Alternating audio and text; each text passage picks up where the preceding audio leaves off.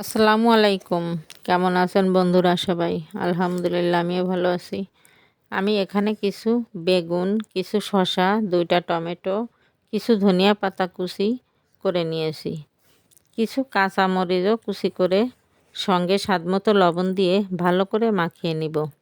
মাখানো হয়ে গিয়েছে। এখন পেঁয়াজ কুচি দিয়ে আরও একটু মাখিয়ে 2টা ডিম দিয়ে ভালোভাবে ফেটিয়ে নিব।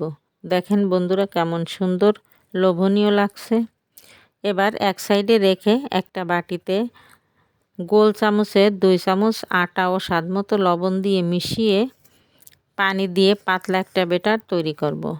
বন্ধুরা ফেসবুক থেকে দেখলে পেজটা ফলো লাইক করে পাশে থাকবেন, আর ইউটিউব চ্যানেল থেকে দেখলে চ্যানেলটি সাবস্ক্রাইব করে রাখবেন যেন কোনো নোটিফিকেশন দেওয়া মাত্র পৌঁছে যায় আপনার কাছে। দেখেন ব্যাটারের ঘনত্ব কেমন হবে, চামচ দেখলেই বুঝতে পারছেন। এখন একটা প্যানে সামান্য তেল দিয়ে 1 চামচ ব্যাটার দিয়ে রুটির মতো এপিট ওপিট করে সেঁকে নিব।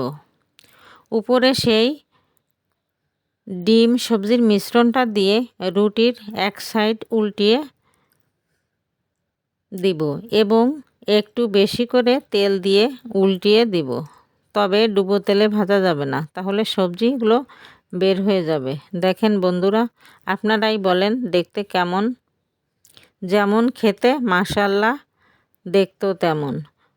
বাচ্চারা কেন, যে কেউ পছন্দ করবে। একবার হলেও ট্রাই করে দেখতে পারেন। আজ এ পর্যন্ত। সবাই ভালো থাকবেন। আল্লাহ হাফেজ।